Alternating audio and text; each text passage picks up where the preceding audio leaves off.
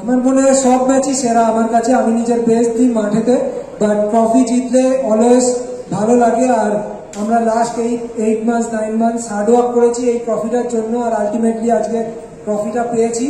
তো বলবো যে আমাদের হার্ডওয়ার্কের এটা হচ্ছে গিয়ে ফল। বাট কেউ দেখিনি, অনেক ক্রিটিসাইজ হই আমরা 8 মাস ধরে 9 মাস ধরে পুরো বছর ধরে। বাট আলটিমেটলি এই ছোট্ট সময়টা আমি বলবো যে আমাদের প্লেয়াররা এনজয় করুক।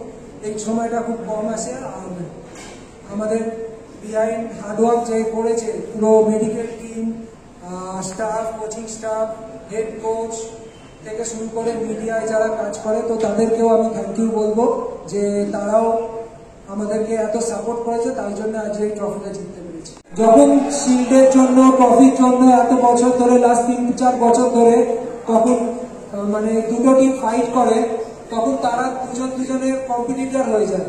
তো মাঠের মধ্যে সেই টেম্পারমেন্টটা থাকবে।